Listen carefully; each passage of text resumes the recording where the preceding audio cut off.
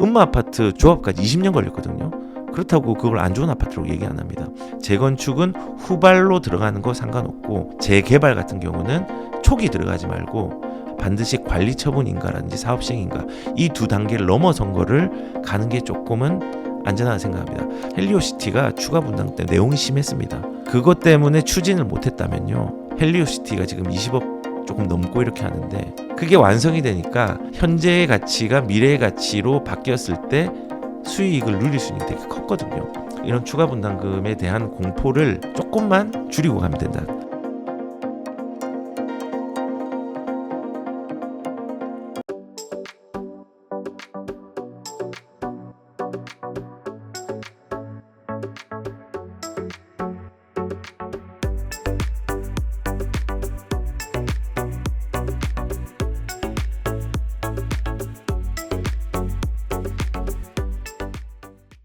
지금 같은 이렇게 잠잠할 때 네. 이렇게 특히 무주택자에게는 좀 진입하기 좋은 시기라고 하셨는데 네. 현재 서울에서 좀 진입하기 좋겠다 싶은 지역이 있다면 어디일까요? 일단은 이제 돈이 많은 사람은 긴 호흡을 가지고 상급지 가셔도 됩니다. 신고가 가더라도. 근데 대부분 강남에 입성하기 많이 힘들죠. 네. 예, 그러면은 그 다음 급지가 사실은 뭐 마포라든지 강동이라든지 이런 데가 있는데, 그런데도 지금 많이 올랐어요. 많이 올랐어요. 그래도 20억 하니까 마레프라든지 뭐 이런 그 고덕 그 아르테온이라든지 그라시움이라든지 이런 것들이 이제 19억, 20억 이렇게 하잖아요. 그러니까 거기도 이제 너무 힘들어요. 그러면 지금 아직 덜 오른 지역들이 어디 있을까? 우선은 중급지 중에서는 동대문이 있어요. 동대문은 이제 천지개벽을 하는데요. 옛날에는 그 동네가 되게 안 좋았잖아요. 안 좋았는데 지금은 많이 개선을 했죠. 그래서 거기 이제 청량리역 중심으로 예전에 좀 유흥 시설도 되게 안 좋은 것들도 많았고, 뭐 백화점답지 않은 백화점도 있었고 했는데, 이런 것들이 다 개선되고 좋은 주상복합들이 들어오기 시작하면서 가격들을 견이 많이 하게 되고, 그다음 교통도 좋아졌어요. 근데 지금 시기적으로 동대문이 거래가 많이 일어나고 있어요. 그러니까 거래가 많이 일어나는 건요, 아직 상승 거래의 비율들은 크진 않은데 거래량 자체는 서울시에서 지금 현재는 제일 많이 일어나고 있더라고요. 지금 관심을 가지는 데고, 아직 상승이 되지 않았다면은 그런 아까 제가 말했던 조금 가격이 내려갔는데 움직이지 않은 지역들 중에서 세대수가 뭐 한 1000세대 넘는 데 중에서 괜찮다면 진입을 하셔도 돼요. 그리고 노원 같은 경우가 제가 되게 진일보 하는데 하급지 중에선 매우 괜찮다고 생각을 합니다. 그래서 집값을 결정하는 거는 첫 번째는 화폐적 현상이 있습니다. 통화량이 팽창하면서 돈이 풀리면서 올라가는 게 있고, 그리고 진보적인 측면을 봐야 돼요. 진보라는 게 원래 별로 좋지 않았는데 앞으로 좋아질 곳, 그런 데를 미리 이제 고민을 해서 들어가는 게 중요하겠죠.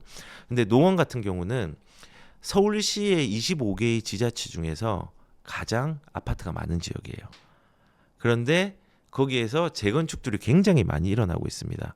안전진단 통과를 대부분 많이 했죠. 상계동도 그렇고 이제 노원 쪽이나 도봉구 쪽에 있는 창동 주변들도 그렇고. 근데 거기에 일자리들이 창출돼요. 이제 차량 기지라든지 뭐 이런 지역들에서. 그리고 이제 문화에 대한 부분들의 허브가 될 수 있는 아레나도 이제 창동역 주변으로 좀 들어오고. 그래서 그런 진보가 있는데 서울시에서 4대지천이라는 뭐 계획들을 해서 그 천변 주변도 이제 개발할 수 있는 방향성을 잡았어요. 그래서 그런 지역들을 생애주기상 한 30대 정도라면은 거기 진입할 수 있는 돈이 있다고 생각합니다. 3억 정도 전후로 투자금으로 진입해도 됩니다. 그런 데는 특히 그런데 일자리까지 연결이 쉬운 7호선 라인이다. 그런데 학군 수요가 있다. 그럼 중계동이죠. 진입해도 됩니다. 근데 이거 이렇게 생각할 수 있죠. 그러면은 나 노원 거기 이제 안전진단 통과하고 빨라봐야 10년, 15년 뒤에 될 건데 그런 데를 어떻게 가? 이제 철거를 얼마 안 있으면 할 수 있는 데도 있습니다. 그런데 가격은 일단은 갭 투자가 아니라 그냥 가격 자체가 6억 미만인 데도 있거든요. 찾으면 있습니다. 뭐 예를 들어서 광운대 역세권에 재개발이 일어나는데 GTX가 들어오고 이제 서울더원이라는 게 이제 곧 분양을 하는데 그 주변에도 현장에 가보면은 전부 다 개발하고 있어요. 그런데도 나중에 많이 좋아지겠죠. 그래서 그런 식으로 이제 하급지에서 한번 그 방향을 찾으면 된다고 생각합니다. 그리고 하급지와 이런 지방들의 가격 시세의 특징들은 뭐냐면요. 슬금슬금 오르거나 가만히 둔화되는 시기가 있다가 한꺼번에 뻥 올라가는 시기들이 되게 있어요. 뭐 인천도 그랬고 이런 노원도 그랬고 그다음에 지방으로 따지면 대구, 부산도 그랬고 다 그렇거든요. 그래서 이렇게 둔화되는 시기에는요. 이런 아직 오르지 않은 아까 말했던 것 중에서 재개발, 재건축이 아직 이제 완성이 되지 않은 지역 중에서 한번 바라보면은 괜찮을 거고 그런 데가 밀집되면서 주변 인프라든지 교통이 진보되는데 그래서 시기적으로는 저는 동대문 나쁘지 않다 생각하고 노원도 지금 괜찮다고 생각을 합니다. 그래서 뭐 구체적으로 아파트는 말하진 않겠습니다. 만약에 뭐 원하시면 말하지만은 저도 개인적으로 여기에서 아파트명을 딱 말하면요. 나한테 맞지도 않는데 접근하는 사람이 있거든요. 그렇게 하시면 안 됩니다. 내 형편을 맞추고 그 다음에 입지를 결합을 시키는 게 가장 좋다고 생각합니다. 그리고 또 마지막으로 이 질문에 대해서 답변은 하고 좀 조금의 추가 부연 설명을 한다고 하면은 이 투자라는 건요. 감정적으로 대하면 안 되거든요. 보통 사람들이 이 공포를 감정적으로 대해요. 그러면은 이성이 혼란을 겪게 돼요. 그래서 이성을 바로잡고 감정을 컨트롤할 수 있어야 돼요. 뭐 주식으로 간단하게 예를 들면은 주식 뭐 지금 내가 투자했는데 어제 5% 올랐다고 좋아했는데 내일 7% 떨어져. 그래서 울잖아요. 요동 안 해도 돼요. 요동 안 해도 돼요. 그런 것들을 조금 이기고 극복해야지 자산의 왕관을 쓸 수 있는 그 무게를 견딜 수 있는 사람이 되거든요. 그래서 뭐 아까 시기와 지역을 결합해서 말씀을 드리면은 시기적으로는 11월, 12월이 무섭지만은 이거를 이성적으로 컨트롤해서 중하급지에서 재건축과 교육 수요와 교통의 수요가 많은 지역 중에서 조금 가격들이 덜 움직인 서울의 지역의 하급지를 발견을 한다면은 진입을 하셔도 된다. 이렇게 이제 조금 추가 부연 설명을 드리겠습니다. 네. 무주택자도 내 집 마련으로 재건축, 재개발을 처음 이렇게 하는 것도 괜찮다고 보시는 건가요? 저는 재개발, 재건축을요 초기 거는 사지 말라고 얘기를 해요. 특히 재개발, 네. 재건축 같은 경우는 저는 만약에 이게 단계가 있거든요. 단계가 어떻게 되냐면요. 처음에 도시 및 주거환경 정비 기본 계획이라는 게 있는데 거기에 재건축지를 지정을 해요. 그러면 예정지구가 생기는 거죠. 그 다음에 그게 안전 진단을 하면은 이제 안전진에 통과가 되면은 그 다음에 진짜로 지정을 해요. 지정을 한다 뭘 해야 되냐면요. 이걸 추진해야 되잖아요. 추진위라는 거를 만들어요. 뭘 추진하느냐? 주체를 추진하는 거예요. 조합을 만들기 위한 추진위원회예요. 조합을 설립을 하는 거예요. 그 조합을 설립한다면 뭘 해야 되냐? 이제 계획을 세워야죠. 도면 그려야죠. 그게 도면을 그리는 게 사업시행 인가예요. 그 도면을 돈으로 만드는 게 관리처분 인가예요. 그게 분양처분이라고 해요. 감정가, 종전 가격, 종후 가격 이렇게 따지는 게 이제 관리처분이죠. 그 이제 계획도 끝났고 돈도 만들었어. 그러면은 이제 이주해야죠. 철거하고 그다음 착공하는 거예요. 그 다음에 준공하고 청산하고 청산해야지 조합원들이 월급을 안 받아갑니다. 제가 이걸 길게 얘기한 건요. 재개발 같은 경우는 이 초기에 뭐 예정지구다 이런 데 저는 추천 절대 안 합니다. 위험하거든요. 예전에 이 10년 동안에 재개발 지역이 몇 개가 빠그러졌는지 아십니까? 180개가 빠그러졌습니다. 위험합니다. 근데 재건축 같은 경우는 대부분 좋은 지역이 재건축이에요. 강남에 재개발 없습니다. 노원이 지금 성북구 재개발 많습니다. 옛날 구도심은 인프라가 안 좋기 때문에 재개발을 해야 되는 거고 인프라가 좋은 데는 재건축을 해야 됩니다. 입지가 재건축은 대부분 좋기 때문에 그냥 노후된 주택만 헐고 다시 올리는 어떤 재건축은요 초기에 들어가도 상관없어요. 음마아파트 추진위에서 아까 조합까지 20년 걸렸거든요. 그렇다고 그걸 안 좋은 아파트로 얘기 안 합니다. 그래서 재건축은 후발로 들어가는 거 상관없고 재개발 같은 경우는 초기 들어가지 말고 반드시 관리처분인가라든지 사업시행인가 이 두 단계를 넘어선 거를 가는 게 조금은 안전하다 생각합니다. 그러면 여기서 이제 질문으로 다시 돌아와서 지금 말씀해 주셨던 무주택자가 거기에 들어가도 상관없나? 상관없습니다. 상관없는데 조금 알고 가는 게 좋아요. 그러니까 예를 들어서 이 감정 평가라는 게 있거든요. 예, 공주가라고 그 아파트를 평가를 해요. 그 평가를 하는데 내가 만약에 지금 시세가 6억짜리가 나와 있는데 감정 평가가 6억 5천짜리가 있어요. 지금 매매로 내가 매수하려고 하는데 보니까 집값이 6억이네. 근데 감정 평가가 6억 5천이에요. 요런 집이 한 개가 있고 방금 A고 B라는 집은 6억 정도 되는데 감정 평가가 예를 들어서 한 6억 1천이다. 아니면 5억 9천이다. 이렇게 되면은 A를 사야 돼요. 감정가가 높은 거. 그리고 만약에 이게 5억 9천인데 6억 1천인 아파트가 있고 감정가가 그리고 6억인데 6억 3천짜리 아파트가 있어요. 그러면 후자를 사야 돼요. 왜냐하면은 시세는 높더라도 감정가가 더 높기 때문에 조금 더 1,000만 원 더 주고 더 좋은 걸 사는 게 훨씬 유리하거든요. 그런 것들만 좀 구분해 가지고 진입을 하시고 대출 계획을 조금 세워야죠. 이런 거 말고 가면 돼요. 첫 번째는 이주하면은 그 이주한 전세 세입자들이 있는데 어떻게 해야 되냐? 이주한 사람에 대해서는 이주비 대출이 나옵니다. 그러면은 이제 추가 분담금. 이 공포의 추가 분담금 이거 어떻게 생각해 보시면요. 헬리오시티 아시죠? 네. 헬리오시티가 추가 분담금 때문에 내용이 심했습니다. 근데 그것 때문에 추진을 못 했다면요. 헬리오시티가 지금 20억 조금 넘고 이렇게 하는데 그 아파트가 뭐 손해를 본 게 아닌데 그 당시에 보면은 손해를 본 거라고 생각을 해요. 근데 추가 분담금은 지금 현재의 기준에서 너무 비싸 보이기 때문에 공포스러운 거지만요. 그거는 현재만 바라본 거고 입지가 괜찮다면요. 미래의 인플레이션도 적용을 해서 본다면요. 무서움이 없는 겁니다. 그리고 추가 분담금 같은 경우는 이렇게 생각을 해야 돼요. 추가 분담금이 3억이 나왔어요. 그럼 내가 3억이 다 필요할 것 같죠? 3천만 원만 있으면 돼요. 그걸 아셔야 돼요.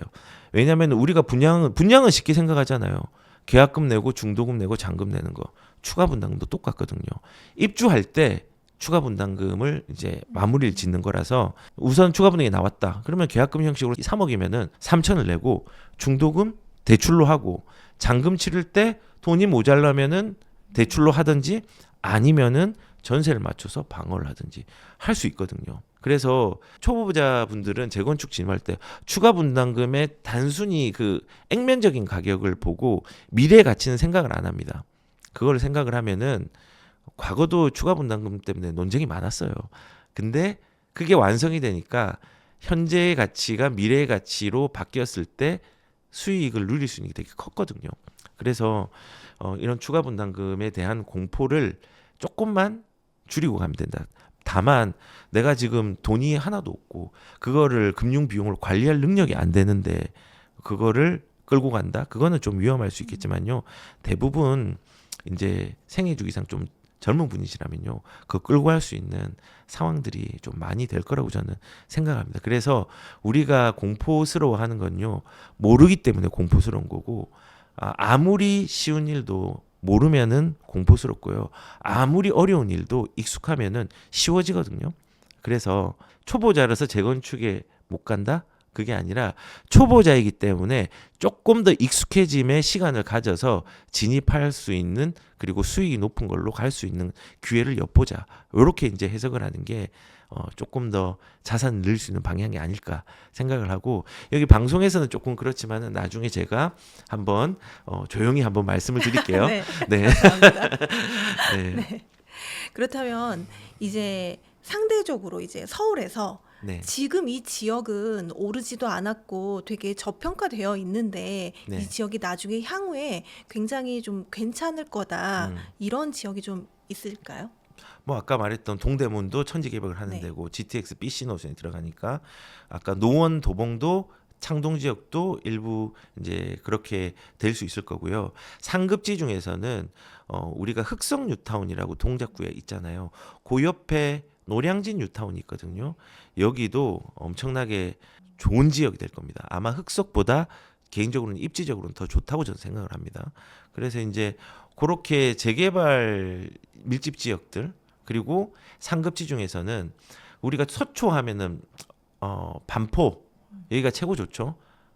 실질적으로 60억이 넘는 30평대가 60억이 넘는 아파트가 나왔는데 이 상급지에서 진보하는 데가 방배입니다. 방배. 방배는 단독주택 재건축지가 밀집이 되어 있어가지고 신축들이 이제 좀 좋아지고 입지가 좋잖아요. 그런 데도 이제 진보할 수 있는 지역 중에 하나죠. 그리고 입지는 안 좋은데 물건이 좋은데 연결이 잘 되는 지역, 뭐 금천 같은 경우에도 아파트가 많이 없어요. 근데 되게 재밌는 거는 금천 구로에도 좋은 아파트들이 있거든요. 많이는 없지만 예를 들어 금천에 대장 아파트가 있습니다. 대장이 롯데캐슬인데 그 바로 앞에 정비 사업이 이제 중후반부로 가는 게 있단 말이에요. 근데 거기는 환경이 너무 안 좋아. 근데 여의도랑 연결된 신안선은 바로 옆에 있거든요. 그런 데는 이제 또 괜찮죠. 그래서 지역도 보지만은 그 지역에 안 좋은 지역이라도 물건적으로 괜찮으면은 진입을 해도 괜찮죠. 그리고 저는 또 괜찮은 데가 강동도 괜찮다 생각해요. 강동은 사람들이 처음에 지금은 제일 인기 있는 데가 고덕 그라시움 쪽 그쪽이죠. 근데 이제 이게 이제 이동을 합니다. 지금 둔촌 주공이 들어와서 그 다음에 이제 이동한 데가 상일동, 명일동이에요. 거기가 재개발 재건축이 되게 많거든요. 재건축들이 많이 있거든요. 그래서 그런데 이제 9호선도 들어오고 5호선도 연결되어 있고 하니까 아마 거기도 예의주시하면은 학군도 좋고 이제 좋은 결과들이 있을 것 같습니다. 그래서 지금 하급지 같은 경우도 제가 말씀을 드렸고 상급지, 중상급지 다 말씀을 드렸는데 서울은 웬만하면 다 좋습니다. 그런데 이제 조금 확대해서 얘기를 하면요. 경기도 같은 경우는 전부 다 좋은 지역이 아니에요. 전부 다 좋은 지역은 아닙니다. 제일 좋은 지역들은 경기 남부권. 왜 좋냐? 일자리가 많잖아요. 그런데 어디가 좋냐? 신분당선, 분당선, 그 다음에 앞으로 만들어질 신안산선, 그 다음에 GTX-A 노선 정도, 그 다음에 C 노선 정도 이제 연결되는 데는 매우 좋습니다. 그래서 그런 데에도 이제 조금 서울에서 하급지뿐만 아니라 그런 데도 이제 좀 생각을 하시고 그런 지역 중에서 교육 수요도 있는데 교통이 좀 개선되는 지역들 어디가 있는지 재개발이 어느 정도 하반기로 가고 있는 게 또 어디가 있는지 이런 걸 찾아보면은 재밌고 그 다음에 유익하고 수익이 날 수 있는 지역들이 조금은 존재한다고 저는 생각을 합니다. 이제 방금 경기 남부를 이야기를 해주셨는데 혹시 경기 북부나 뭐 이렇게 서부 그쪽은 좀 어떻게 보세요? 경기 북부 같은 경우에 제일 대장이 구리입니다. 구리. 그리고 다산 신도시 쪽이고 그 다음이 이제 고양하고 일산 쪽이 좀 괜찮아요. 거기도 마찬가지로 서울하고 연결성이 좋아요. 지금 이제 일산 쪽 같은 경우도 참 이 안타까운 도시예요. 왜냐면은 뭐 옛날에 김포라든지 거기서 물량이 나와가지고 한번 또 눌려지고 그 다음에 이제 물량이 좀 괜찮아지려고 할 때 파주 물량 나와서 눌려지고 앞으로는 창릉 신도시 나오니까 또 눌려지고 뭐 이런 좀 불운이 조금 있긴 하지만은 그 지역도 눈여겨보아야 될 아파트들이 꽤 있습니다. 서부 쪽에서는 광명. 근데 광명은 주의해야 될 게 있어요. 광명은 거기가 이제 2026년, 7년, 8년 쭉 9년까지 물량이 무지하게 많이 쏟아집니다. 그 물량은요 갭 투자자들한테는 되게 불행한 소식이에요. 왜냐하면 전세가가 떨어지거든요. 그렇기 때문에 그거를 주의를 할 수 있는 내 관리 능력과 금융적 방어 능력이 있다고 하면은 실거주로는 아주 좋죠. 아주 좋은데 이제 갭으로는 조심해야 되겠지만은 그 광명 같은 경우도 되게 좋습니다. 광명이 왜 좋냐? 광명은 생각을 해보면은 철산동이 대장인데 철산도 다 재건축지예요. 리모델링도 일부 있지만은 그 옆에 광명 뉴타운도 다 새 아파트가 이제 들어왔고 들어오고 있잖아요. 그 밑에 보면은 이제 하안동이라고 있어요. 여기도 이제 안전진단들 끝난대고 그리고 그 밑에 보면 이제 소화동 여기도 이제 구축이지만은 여기도 나중에 재건축들이 될 수 있는 여지가 있습니다. 그 밑이 어디냐? 구름산 도시개발 사업이 있어요. 거기도 지금 이제 진행이 열심히 이제 박차를 가고 있거든요. 그리고 제일 좋은 데가 일직동이라는 데인데 그 일직동도 광명역 주변 얼마나 좋습니까? 인프라도 좋고 광명이 전체가 다 좋은 거예요. 그 광명 끝이거든요. 근데 광명에서 광명시흥 쪽에서 3기 신도시 쪽에서 또 물량들이 나중에 나오겠지만은 거기 입지들도 좋고 다 좋아요. 그래서 광명은 전체가 천지개벽하는 곳이고 그리고 역적으로도 판교로도 가기 편한 월판선이 들어가고 7호선이 연결돼 있고 해서 광명은 서울권이라고 봐도 무방하고 거기 전화번호도 02를 씁니다. 그렇죠. 네. 예, 그래서 뭐 일단은 그런 서부 쪽은 그쪽, 그다음에 북부 쪽은 구리 같은 경우 지금은 좋은 타이밍. 그리고 일산 같은 경우는 킨텍스 주변은 조금 고평가돼 있지만은 그 구축 중에서 주엽이나 이런 지역의 주변은 지금 좋은 타이밍이라고 저는 좀 생각을 합니다. 예, 그렇게 이제 북부 쪽하고 네. 서부 쪽 말씀드렸습니다.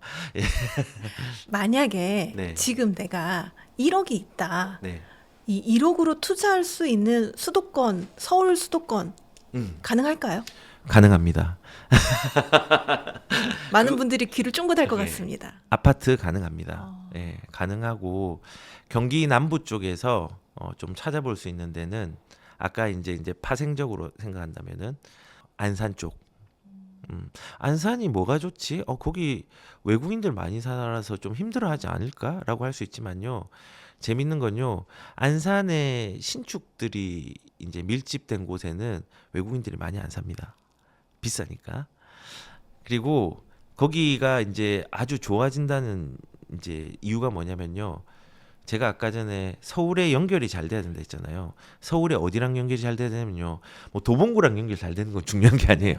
강남, 여의도, 도심, 용산 요런 지역하고 연결이 잘 돼야 되는데 안산 같은 경우는 신안산선이 한 3, 4년 뒤에 개통을 하면은 여의도까지 30분 만에 갑니다. 우리가 물리적으로 먼 게 중요한 게 아니라 시간적으로 단축되는 지역이 어딘지 출퇴근 시간이 동탄이 왜 많이 각광을 받았냐면요. GTX A 노선이 시간적인 것들을 축소시킬 수 있어서 그런 거예요.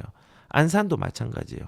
우리가 투자를 할 때 미래를 상상을 잘하는 사람이 투자를 잘해요. 현재의 상황이나 과거에 왔던 내용들을 보고 미래를 비판하는 것보다 앞으로 바뀔 거를 상상하고 기획하는 사람이 투자를 잘해요. 근데 안산 같은 경우는 뭐 선부역이라든지 뭐 성포역이라든지 요런 데를 보면은 뭐 지금 신안산선 연결이 되잖아요. 그리고 안산에 대장인 아파트가 있거든요. 안산에 레이크 땡땡땡땡 아파트라는 데가 있습니다. 거기 특징이 뭐냐면요. 앞에 공원이 있어요. 그리고 바로 옆에 역이 생겨요. 신안산선. 그리고 상권이 밀집되어 있어요. 인프라가 되게 좋아요. 그러니까 앞에 뷰가 트여 있고 뒤에는 상권이고 옆에는 역이 들어와요. 여의도로 금방 갈 수 있는데 그러면은 요거를 적용을 해서 안산에 비슷한 데를 찾는 거예요. 그런 데가 있어요. 앞에는 미술관이 보이고 지금 재건축이 아직 안 됐는데 5층짜리고 옆에는 신안산선이 있고 주변에는 비슷한 상권이 있어요. 그런 데는 새 아파트가 되면 상상을 해보셔야 돼요. 대장은 안 되지만은 그런데 투자 1억대로 할 수 있어요. 그래서 그런 것들을 조금 염두에서 보시면 되고 신안선선을 가다 보면은 쭉 올라가다 보면 이제 시흥이라는 동네가 있습니다. 시흥은 시흥시청역에서 월판선과 마주하게 되는데 월판선은 또 어느 일자리랑 연결되느냐 경강선이라고 하죠. 판교랑 연결이 돼요. 판교랑 연결되는데 판교의 그 시흥시청역에서 한 단계만 뒤로 가면은 이제 또 장땡역이라는 게 생깁니다. 근데 그 주변에 구축들이 있거든요. 거기도 1억대로 투자할 수 있어요. 근데 거기도 진보하거든요. 제가 진보가 중요하다 했잖아요. 이게 월판선이 왜 중요하냐면은 판교에 강남에서 판교로 일하러 온 사람도 꽤 있거든요. 그만큼 판교가 일자리가 양질의 일자리가 많은 데인데 여기를 뭐 금방 갈 수 있다고 하면은 얼마나 금방 가느냐? 15분 만에 간다면 급행이 있거든요. 시흥시청역 주변에. 그래서 그 지금 인천 송도에서 이게 시작을 하거든요. 경강선이요. 그게 판교까지 30분밖에 안 걸려요. 근데 그 역이 일자리의 연결성이 된다고 하면은 정말 이게 문제가 없는 입지인데 가격적으로는 싼 아파트가 또 될 수 있겠죠. 그리고 뭐 이제 남부 쪽에서 수원 쪽도 1억대로 투자할 수가 있어요. 수원 쪽도 아니 그러면은 이상한 데 아니냐? 좋은 데입니다. 사람들이 발견하지 못해서 그래 좋은 데입니다. 그 지역도 뭐 삼성 일자리 바로 옆에 있고 교육 수요 있고 그다음에 주변에 신축이 10억 넘어가게 분양을 하고 그리고 얘도 새 아파트 준비를 하고 있고 근데 투자금은 1억밖에 안 들어요. 그런 데를 미래를 잘 기획하시면은 충분히 진입할 수 있는 데가 있다고 생각. 조금 더 많긴 한데 아무튼 남부 쪽만 제가 중심으로 말씀을 드린 게 남부가 제일 안전하거든요. 네, 그래서 뭐 그런 식으로 진입을 할 수 있다는 부분만 생각을 하시고 정말 궁금하다. 이러면은 연락을 주셔서 저한테 주시면은 제가 상담을 해드리겠습니다. 아니, 네. 상담은 유료기 때문에 이거를 뭐 그렇게 뭐 강요하는 건 아니지만은 저 상담료가 되게 싸거든요. 일부러 진입 장벽을 낮췄어요. 그러니까 뭐 한번 필요하신 분들은 뭐 광고를 하는 것 같은데 오셔가지고 네, 그런 네. 지역들을 같이 한번 고민해봤으면 생애 주기에 맞게 환경에 맞게 준비를 한번 해보셨으면 좋겠습니다.